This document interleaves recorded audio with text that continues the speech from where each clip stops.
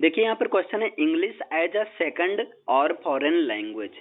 तो इंग्लिश को second language के रूप में कंसीडर किया जाता है। अब देखिए जैसा कि इंग्लिश जो है Indo European family of language में से एक ये बेस्ट जर्मेनिक लैंग्वेज है।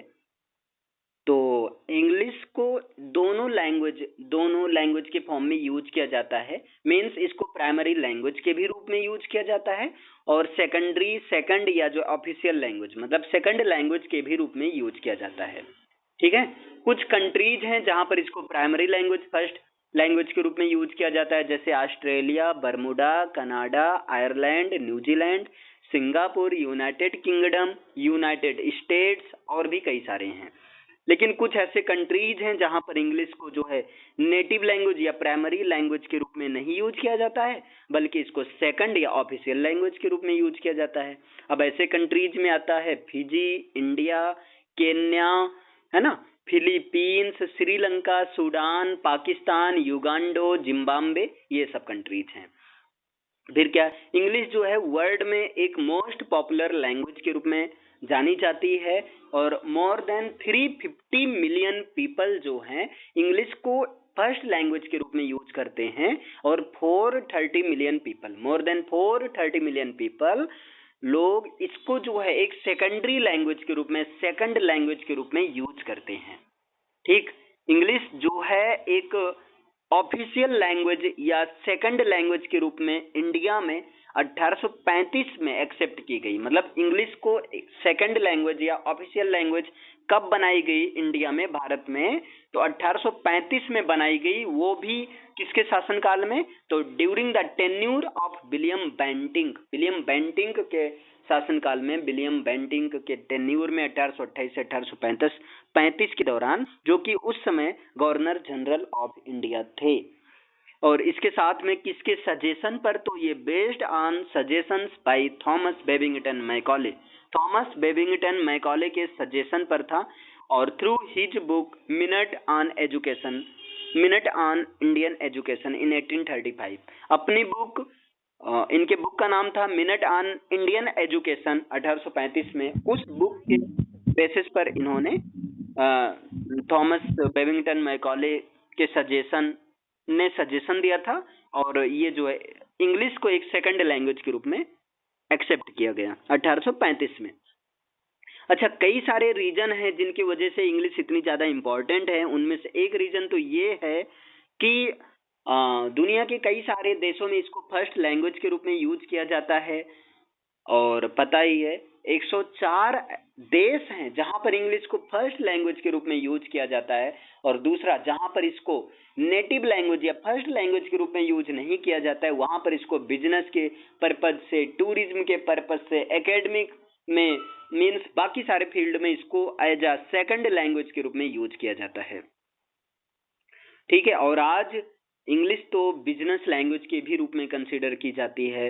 जैसा कि आज हम सबको पता है कि इंग्लिश को एक ग्लोबल लेवल पर ग्लोबल लैंग्वेज या इंटरनेशनल लैंग्वेज के भी रूप में कंसीडर किया जाता है, लेकिन इंडिया में इसको सेकंड लैंग्वेज के रूप में कंसीडर किया जाता है। कई सारे रीजन हैं जिनकी वजह से इंग्लिश को ग्लोबल, इंटरनेशनल, ऑफिशियल या सेकंड लैंग्वेज या जो है बहुत ज्यादा इम्पोर्टेंट हो जाती है, इसलिए कि इसके पीछे का कई रीजन है। जैसे एक तो है इंटरनेट इज इंग्लिश बेस्ड। जो इंटरनेट है उस पर सारे कंटेंट्स जो हैं वेब पर, सारे contents, all the contents on web are almost English. Internet पर सारे कंटेंट्स लगभग इंग्लिश में ही हैं और कई सारे MBA प्रोग्राम्स हैं जहां पर सारी चीजें इंग्लिश में ही सिखाई, पढ़ाई, समझाई जाती हैं और कई सारी मल्टीनेशनल कंपनीज हैं जो कि एक certain degree of English holder को ही रिक्वायर करती हैं। जर्नलिस्ट के फील्ड में राइटर लोग जो हैं ये मतलब अपनी स्किल्स को इंक्रीज करने के लिए इंग्लिश का ही सपोर्ट कर लेते हैं, इंग्लिश का ही हेल्प लेते हैं। साइंस के फील्ड, पूरी की पूरी साइंस फील्ड इंग्लिश से भरी हुई है। मतलब अगर आप साइंस रिलेटेड फील्ड में जाते हैं तब भी आप इंग्लिश को इग्नोर नहीं कर सकते हैं। और यहाँ तक कि जो डिफरेंट टाइप के डाइवर्स बैकग्राउंड के पीपल हैं, यानी कि डाइवर्स बैकग्राउंड के पीपल के बीच में भी जो गैप है, उस गैप को दूर करने का काम जो इंग्लिश एक एक ब्रिज के रूप में करती है, उस गैप को दूर करती है। इंग्लिश को एक डिफॉल्ट लैंग्वेज के रूप में यूज किया जाता है, जहां पर डिफॉल्ट लैंग्वेज मीन ये हुआ ग्लोबली एकेडमीज में, साइंस एंड टेक्नोलॉजी में, बिजनेस, फिल्म्स, म्यूजिक और जो है न्यूज डिस्ट्रीब्यूशन, लिटरेचर, इन सब में इंग्लिश का यूज होता है। यूएसए एक पावरफुल कंट्री है जो कि ग्लोबल लीडर है ना। और ग्लोबल लीडर के साथ में वो ग्लोबल लीडर किस फील्ड में, ग्लोबल ग्लोबल लीडर है बिजनेस के फील्ड में, स्पोर्ट के फील्ड में, साइंस के फील्ड में, टेक्नोलॉजी के फील्ड में। तो वहाँ इंग्लिश को एक डोमिनेंट लैंग्वेज के रूप में जानी जाती है। और आज के समय में इंग्लिश सीखना इसलिए जरूरी हो गया, दोनों पर्पज से, चाहे वो करियर के पर्पज से हो या एजुकेशन पर्पज से हो, हर पर्पज से इंग्लिश सीखना जरूरी हो गया है। फिर इसके बाद में देखा जाए, ये इंग्लिश जो है एक कम्युनिकेशन, वर्ड में, किसी भी वर्ड में कम्युनिकेशन के लिए, किसी भी, क्या एक ही वर्ड है, वर्ड में कम्युनिकेशन सोर्स बनी हुई है, कम्युनिकेशन का एक मीडियम है ना, medium for communication across the world. अच्छा, दूसरे नंबर पर वर्ड की बात हटाओ, सेकंड लैंग्वेज के रूप में बात करें तो इंडिया में ही ये इंडिया के सारे स्टेट्स के बीच में एक लिंक की तरह काम करती है। आगे देखिए, ये जो है सेंचुरीज से इवॉल्व्ड हुई है और अब जो है लगभग हर कंट्री में एक एक ग्रेट प्ले रोल कर रही है, मतलब एक बहुत इंपॉर्टेंट रोल निभा रही है। अब वो चाहे फर्स्ट लैंग्वेज के रूप में या सेकंड लैंग्वेज के रूप में या अदर लैंग्वेज के रूप में, लेकिन इसका इम्पोर्टेंस कहीं ना कहीं होता जा रहा है। और दूसरा नंबर, जितने भी इंटरनेशनल ऑर्गेनाइजर हैं, इंटरनेशनल ऑर्गेनाइजेशंस हैं, वहाँ पर प्रीफर्ड लैंग्वेज के रूप में इंग्लिश को ही एक्सेप्ट किया गया है। और इंग्लिश यूनाइटेड नेशंस, अब यूनाइटेड नेशंस में जैसे यूनाइटेड किंगडम आ गई, यूनाइटेड स्टेट्स आ गया, और बाकी यूरोपियन कंट्रीज में इसको प्रीफर्ड लैंग्वेज के रूप में इंग्लिश ही है। और दूसरा नंबर, इंग्लिश यूरोपियन कंट्रीज में, सारी यूरोपियन कंट्रीज में इंग्लिश को ऑफिशियल या सेकंड या फर्स्ट लैंग्वेज के रूप में कुछ देर कंसीडर नहीं किया जा रहा है, तो इंग्लिश को एक वाइडली एक्सेप्टेड लैंग्वेज के रूप में तो एक्सेप्ट किया ही गया है ना। जैसे कनाडा, ऑस्ट्रेलिया, यूके और यूएस, ये जो है एक बहुत ही ज्यादा इंग्लिश डोमिनेंट कंट्रीज हैं, और यहाँ पर सारे मार्केटिंग जो है इंग्लिश कम्युनिकेशन के ही थ्रू किए जाते हैं।